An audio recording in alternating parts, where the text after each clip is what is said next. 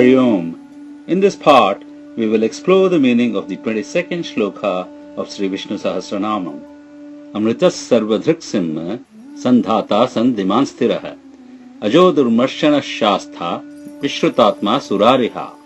Now, let's examine the meaning of this shloka. Amrityaha means one who is beyond death or decay. As Adi Shankara puts it, Mrityaha vinashaha tad hetuva asyana vidyate iti amrityaha. Meaning, he is amrityaha because he has no death or any cause leading to death such as aging, disease and decay. Mrityu yasyana asti iti amrityaha. Birth, growth, decay, disease and death are the five modifications through which every finite object must pass. Everything that is born is bound to die. Since Bhagavan is not born, he is beyond decay, death or other mutations. The author in Dharmachakram points out that this nama should remind us of the indestructibility or the eternal nature of the Jivatma. We need to meditate on him without associating ourselves with the perishable body. In the Bhagavad Gita, chapter 2, verse 20, Bhagavan says, न जायते म्रियते वा कदाचिन नायं भूत्वा भविता व न भूयः अजो नित्यः शाश्वतोऽयं पुराणो न हन्यते हन्यमाने शरीरे.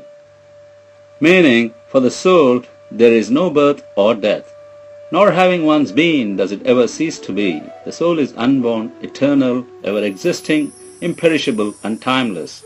The soul is never destroyed when the body is slain. Sarvadhrik means all-seeing.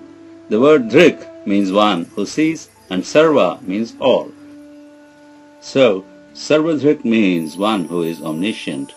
Bhagavan is the seer and knower of everything at all times and all beings. He is the witness of all and sees those who are well disposed or hostile or indifferent to him as the ruler of all and rewards them according to their deeds. Sri Adi Shankara says, Praninan kritakritam sarvam pashyati swabhavikena bodhena iti. Meaning, by his very nature he oversees all acts of omission and commission of all beings, hence he is called Sarvadhrik. He was earlier described as Sakshi in Nama 15 with similar meaning. The author in Dharmachakram points out that the concept is simple but worth repeating, that this Nama should remind us that it is important to be pure in thoughts, words and deeds, since he is omnipresent and ever watchful of all beings at all times. It is easy to swerve from the path of dharma, but we should be aware that he is all-seeing. Simmaha means lion or destroyer. Sri Parashara Bhattar interprets this nama as one who manifested as Narasimha with a half a body of a lion and half a body of man. Sri Adi Shankara gives the meaning that he is the destroyer of sins. He gives the following etymological derivation: Hinasti iti simmaha, hinasti smarana matrena samastha papan iti simmaha. Meaning, meditating on him helps destroy one's sins. Swami Chinmayananda points out that even taking the literal meaning of lion for Simha, he is the lion at the mention of whose name all the animal passions flee from the jungle of our mind. In the Bhagavad Gita, chapter 10, verse 30, Bhagavan says, Mriganam cha mrigendroham, among the animals, I am the king of animals, the lion. In the Dharmachakram, the writer says that meditating on this nama with its meaning will give us virya that will destroy the evil in our thoughts, words and deeds. It is only with a strong personality we can overcome the negative forces around us and realize him. It is necessary to be good and strong. As the saying goes in Tamil, Nallavanagavum, Vallavanagavum. Sandhata means one who unites his devotees with him. This is to be interpreted as Sandhate iti Sandhata. He is the one who unites. Sri Parashara Bhattar gives the example of Prahlada, who was firmly united with Bhagavan even as a young boy, and this was only made possible because of his grace as Sandhata. The second meaning is given by Sri Adi Shankara. The description, Prahlada Dhyaiha Sandhata Samslesha Karanachasaha, meaning one who unites the beings of the universe with the fruits of their actions. That is the Prahladata or the fruit giver. Now let's look at the story of Sant Tukaram. Sant Tukaram was born in 1577 AD in a village called Dehu, which is about 20 kilometers from Pune. Tukaram was a family man and had a grocery store which was his ancestral business. He was a very pious man, always chanting abhangs with his heart filled with love for Vitthal. With a tambura in hand, he would not take any money from his customers when they greeted him with Ramakrishna Hari. He equated them with a sadhu and thought it would be not appropriate for him to collect money from sadhus. When pilgrims passed by his shop singing abhangs, he would leave the shop and join them to go to Pandharpur with them. Sant Ramdas, who was the guru of Shivaji Maharaj, had also heard about Tukaram. He asked Shivaji Maharaj to meet Tukaram on his visit to Dehu. As his guru had asked him, Shivaji met Tukaram and understood his greatness instantly. He started to visit him frequently and considered Ramadas and Tukaram as his two eyes, always consulting them for their advice. One day, Shivaji came to offer some gold coins as gift to Tukaram and prostrated in front of him. Tukaram immediately got up and ran away. Shivaji could not understand this reaction and asked his Shishyas for the reason. They explained that since he brought gold, Tukaram was upset. Shivaji explained that he was worried as to how Tukaram would be able to feed all the sadhus in his house every day without money. Shivaji then apologized to Tukaram for his conduct and placated him by saying that he knew Tukaram was a sadhu and doesn't desire for money. But he said that there were so many sadhus eating with him every day after the bhajans and kirtans, and this money would be of help to feed the sadhus. Tukaram told Shivaji that if he was worried about him, having known him only for a few months now, wouldn't Vitthal be more worried about him, as he knew him from the day he was born and for so many births. Tukaram used to sing abhangs daily, in which many sadhus and bhagavatas would participate. However, there was a scholar called Rameshwara Bhatt in Dehu who did not like Tukaram's popularity. Bhatt was well versed in the Shastras and was preaching Dharma Shastra. Not many came to his discourses, as most of them went to Tukaram's kirtans. He contended that Tukaram was a Vaishya who has not read the Shastras and hence disqualified to preach. Bhatt claimed that since he was a Brahmin and had read all the Shastras, he knew more than Tukaram, who was writing and singing his own poems. When Tukaram learned about Rameshwar Bhatt's views about him, he prostrated to him and asked him if he had done some mistake in his abhangs. Bhatt told Tukaram that he was doing a great sin and also leading others to commit sin by listening to his abhangs. Tukaram, with his tears-filled eyes, said to Bhatt that he did not know that he was committing a sin. He said he would do whatever Bhatt wanted, as he was the most scholarly man in that place. Bhatt asked him to stop singing his compositions and throw all of them away in the river. Tukaram tied all his compositions in a silk cloth and with a heavy heart threw it into the Indrayani river. He was thinking that he had written only about the beauty of Vitthal. He could not sing any more of his abhangs, but he knew nothing other than singing the praise of Panduranga. He kept saying Panduranga, Panduranga with his eyes full of tears, sitting under a tree near the river.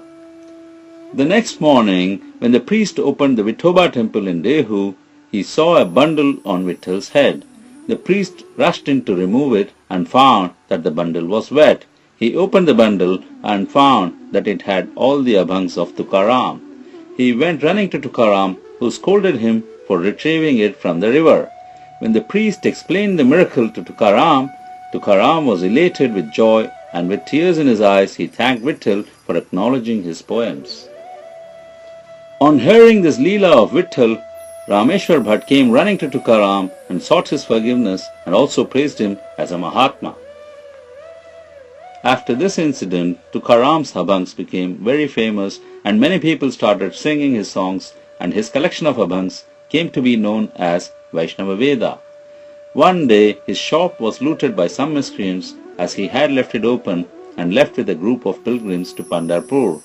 On his return, his wife gave him some jewels and asked him to mortgage it to restock the store. However, while returning home, he saw a group of beggars singing about Vitthal and promptly distributed the money to them and returned empty-handed. Next day, his wife Jijabai was leaving for work and on seeing her going out for work, Tukaram felt bad and agreed to go to work to run the family. But wherever he went, the people would prostrate to him, welcome him as everyone knew him to be a great saint and had very high regard for him. They declined to employ him. They would offer him whatever he wanted for free and not embarrass them by working for them. This was not acceptable to Tukaram, who would not take anything for free. Tukaram then decided to go to a neighboring village in search of a job. He came across an old man who had a big field and asked him to take care of his field for the next 2 months. Tukaram said he will return after giving some money and grains to his family. Upon his return to the field for work, he was engrossed in his abhangs. Whenever a sparrow or a cow came and destroyed the field, Tukaram would look at it as Panduranga. After 2 months, when the old man came to see the farm, he was very angry that his crop had been destroyed. He saw that Tukaram was still standing on the elevated platform and dancing and singing the praise of Vitthal, totally oblivious to what was happening in the field. The old man was angry and asked him to compensate for the loss. Tukaram pleaded that he did not have any money and would not have come for a job if he had it. The old man said that if he does not pay this money, he would take him to the king for justice. Tukaram begged him not to take him to the king, but punish him directly and would agree to whatever punishment he gave. This was because the king Shivaji Maharaj was his disciple who would pay the old man on his behalf. The old man then told him that it is of no use for him to punish him and that he only wanted his money back. Tukaram did not know what to do and said Panduranga with tears filled in his eyes. Hearing this, the old man got wild and asked him why was he saying Panduranga as if he was Tukaram Maharaj. When Tukaram told him that he was indeed Tukaram, the old man prostrated to him and apologized for being harsh and told him that his farm was now blessed with the dust from his feet, which was enough for him to get a better yield next time. The old man then gave him a load of sugarcane to sell and take the money. On the way, when he saw the temple, he got down to have a darshan of Vitthal. There were some children playing, and when they saw him with a load of sugarcane, they went to him and asked him if they could take one. Seeing the kids asking for the sugarcane, he distributed all the sugarcane to the kids and started singing and dancing with them. All the children were now chanting Panduranga Hari, Vasudeva Hari, Ramakrishna Hari. He returned home empty-handed. Jijabhai, on seeing him back home, asked him if he had got the money. He told her that he had distributed all the sugarcane to the children near the temple and had no money. She was angry that he didn't think about his own children and started to scold him. As he had one sugarcane left in the cart, he gave it to her. She was enraged by that and beat him on his back with it, breaking it into 2. Tukaram smiled and told Jija that Vitthal had broken the sugarcane into 2 equal halves, using her hands and his back so that both get an equal share.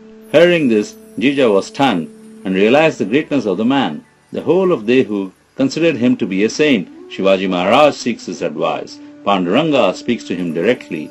But in spite of this, she being his wife was so engrossed with worldly affairs. She prostrated to him and sought his forgiveness. One Ekadashi day, Tukaram was performing kirtans and Shivaji was listening to it with bhakti. In the meantime, Muslim invaders heard about his whereabouts and a big troop of 2,000 soldiers came to arrest him. They surrounded the house in which they were singing bhajans and Shivaji's informers whispered the situation to him. Hearing this, Shivaji was worried and one of his bodyguards asked Tukaram if they could leave now. Tukaram asked them to stay put and ordered no one should leave till the kirtan is over. Hearing this, Shivaji sat down and continued to listen to the abhangs. He thought to himself that none other than Vitthal can save him now, and if he does not, he would be fortunate to die on an Ekadashi day listening to abhangs and in the company of sadhus and saints. One of the Muslim spies came into the house to check if Shivaji was there, but could not find him. On hearing this, the commander told him to get in and kill as many people as possible, as that way they would definitely kill Shivaji. Lord Vitthal immediately took the form of Shivaji and came out of the house on a horse. He then started riding his horse. The soldiers who saw this started chasing him, but no one was able to catch him. The troops chased him for several hours, and finally they had travelled into a jungle trying to catch Vitthal, who looked like Shivaji. Vitthal suddenly disappeared, and the soldiers blamed one another for not being able to catch Shivaji. The commander just could not understand how an army of 2,000 soldiers could not catch one person. Vitthal whispered to Tukaram on what had happened and asked him to continue his abhangs without any fear. Once, Tukaram was invited to perform his Sankirtans to Chinchwadi near Pune. One day, a Brahmin came to give discourses on Ramayana to Chinchwadi in order to collect money for his daughter's wedding. When the Brahmin saw that everyone in the village went to have their bath only around 8 a.m., he thought that this may not be a good place as they were all very lazy. Upon further inquiry, he found out that as Tukaram was performing the Kirtans till 4 a.m. in the morning, they would catch some sleep after the Kirtans and then go for their usual work. Hearing this, the old man knew that no one would be interested in his discourse and decided to leave the village. One of the villagers informed about this to Tukaram, which prompted him to meet the Brahmin, and he prostrated to him and said that he would also participate with the villagers to listen to him. On the last day, the organizers started collecting money for the Brahmin. A miser cleverly left for a nearby village to avoid his contribution. They asked his wife for some contribution, and she said that he had locked everything before he left. She gave them an old leaking vessel that was used to wash their legs. After giving the entire gift, the organizers, who wanted to make fun of the miser, said that the miser had given the golden vessel and handed it to Tukaram. The miser's wife felt bad and thought to herself that she would have definitely given a golden vessel to the Brahmin if her husband had permitted her. When Tukaram received it, the vessel miraculously turned into gold. The lady was happy that her devotion and prayers were answered. One day, when Tukaram came home, Jija was performing Lakshmi Puja at home. Jija told him that if she did this puja, she would get more wealth. Tukaram was not happy as she was doing Kamyartha Bhakti, which is praying to God and expecting something in return, which was like a trade, and that one should not do that. She continued with her pujas, and after a few weeks she had a stroke of luck and got money. That day when Tukaram came home, he saw the changes at home, and Jija told him that she had reaped the benefits of doing the Lakshmi Puja and went in to bring food for him. On hearing this, Tukaram went out without even having his food. It was over 3 days and he still didn't return. She knew that he would often go to Pandharpur without informing her and thought that he would have gone there. She waited for a month and then decided to go to Pandharpur. She searched for him there but could not find him. She asked the other sadhus if they had seen him, but none had seen him. Jijabai was really worried and went inside the temple and prayed to Lord Vitthal. That night, Vitthal came in her dream and told her that Tukaram was in Dehu and showed her the hill where he was sitting and singing his abhangs. He also told her that he has not been having any food since the time he left home. The next morning, Jija left for Dehu, climbed up the hill to the place where Tukaram was seated. She found him seated on the stone and found that he was very weak, but his voice still had the same energy. He was singing loudly in the praise of Vitthal. She stood in front of him with folded hands and tears in her eyes. She told him that it was Tukaram who was more important to her than jewels and money. Tukaram asked her to distribute all the wealth to the poor and then sang some abhangs to advise her. He then went back with her to their house. One day, Tukaram called all his disciples, which was in 1650 AD, and told them that he will be going to Vaikuntham and asked them to assemble on that day. On the appointed day, all his disciples had assembled on the banks of Indrayani river and were singing abhangs. Vitthal had sent his Garuda Vimanam, and Tukaram boarded the same with his body, and the whole village saw him go to Vaikuntham and unite with Lord Vitthal. Bhagavan is Sandhata as he unites his devotees with him. Sandhiman means one who is always united with his devotees. Sandhi means union. Sri Parasara Bhattar gives the explanation that this nama indicates that he is always united with his devotees and hence he is Sandhiman. This is the other side of the Nama Sandhata. He not only makes the devotees unite with him, he also unites himself with his devotees.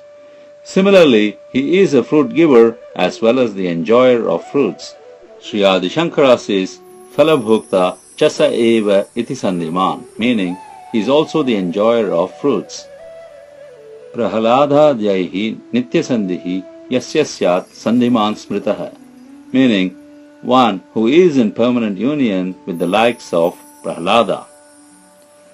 Sthiraha means one who is firm in his relation to his devotees. Sri Adi Shankara gives the interpretation that he is Sthiraha in the sense that he is constant, being always the same, free from birth, decay, etc. Sadaika Rupatvat Sthiraha. Sri Parasara Bhattar's interpretation is that he is Sthiraha since he is firmly attached to his devotees in spite of any wrongs by them. Apacharepi achalyatvat sandhane sthirochyate. Ajaha means one who is unborn. This first appeared as the 96th Nama. Ajaha means one who was never born and always existed.